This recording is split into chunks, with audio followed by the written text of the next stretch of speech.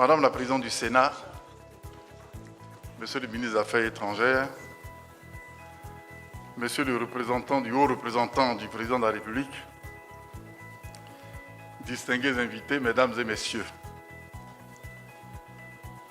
compte tenu du temps suffisamment bref qui nous est imparti, je vais vous supplier de nous pardonner si nous ne nous étendons pas dans les commentaires et autres propos liminaires. Nous voulons aller vraiment droit au but. En Côte d'Ivoire, le sport génère en moyenne 0,04% du PIB contre une moyenne de 0,33% en Afrique de l'Ouest.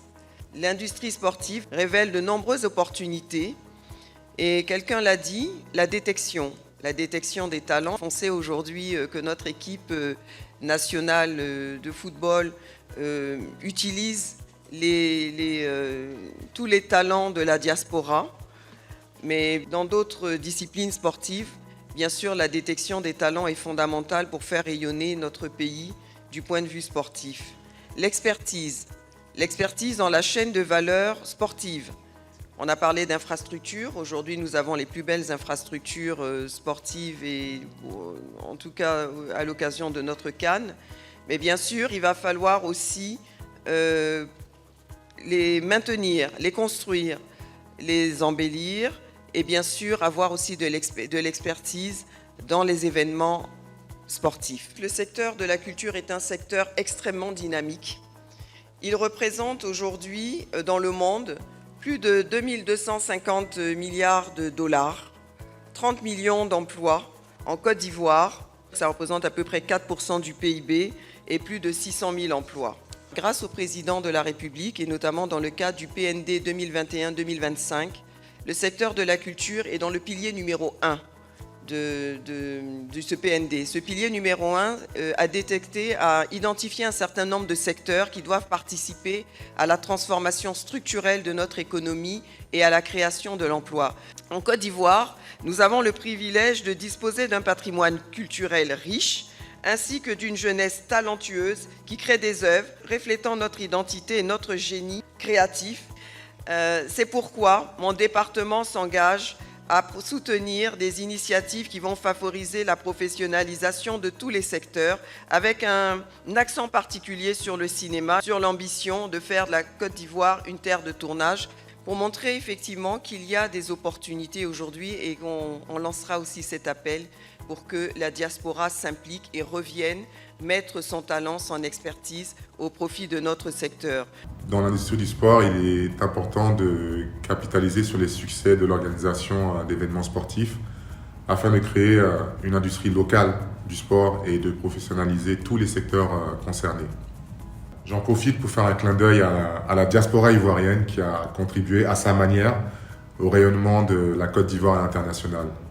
Grâce à vous aussi, la Côte d'Ivoire est reconnue et respectée pour ses capacités d'organisation d'événements internationaux, d'événements socio-culturels.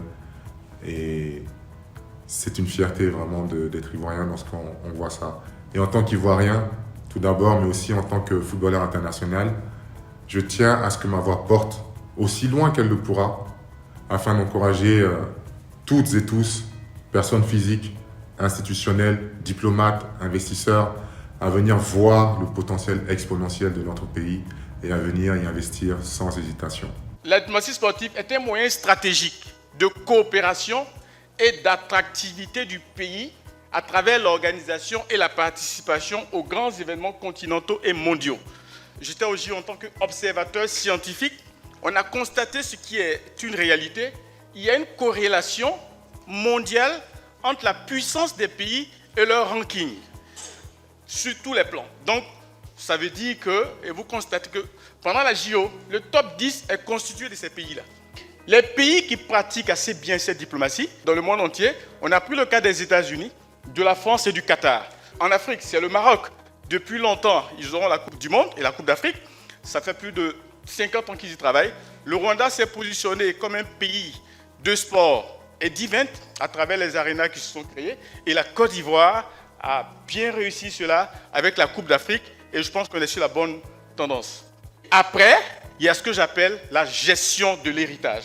Parce que la plupart des grands événements subissent ce qu'on appelle être des éléphants blancs. Comment on gère l'héritage?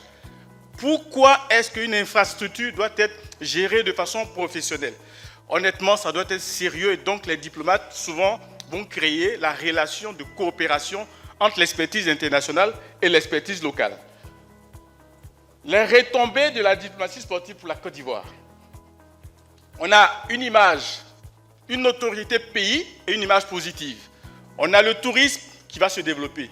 On a la croissance du PIB et du doing business. Si on fait du bon sport, on est safe, ça veut dire que le pays donne envie d'investir. On a l'héritage en production multimédia afin de pouvoir démontrer le savoir-faire de la Côte d'Ivoire en matière d'organisation et pour garder cela en archive pour nos générations à venir. Aujourd'hui, les industries culturelles et créatives peuvent apporter un plus, peuvent même apporter plus de 15% au PIB de la Côte d'Ivoire. Mais pour que ces industries-là se développent, il faut de l'investissement. Et vous savez très bien que l'État ne doit pas être le seul à y investir. Il y a un partenariat privé-public qui permet aujourd'hui de faire bien les choses. Dire qu'on a besoin de la diaspora à nos côtés, ça peut être sur le plan financier, mais ça peut être aussi sur le plan de la formation, de l'accompagnement et tout. Donc, vous êtes nos ambassadeurs, vous faites déjà assez. Parce que si aujourd'hui nos musiques sont jouées en Europe, un peu partout dans le monde, c'est parce qu'il y a eu des Ivoiriens quelque part qui l'ont fait écouter à des gens. Et ça a permis à ces musiques-là de rentrer dans des coins qu'on n'imaginait même pas. Chers amis, venez investir. L'Afrique est le continent le plus croissant en matière d'industrie culturelle et créative. L'Afrique est le continent qui offre le plus d'opportunités. Pourquoi je vous le dis?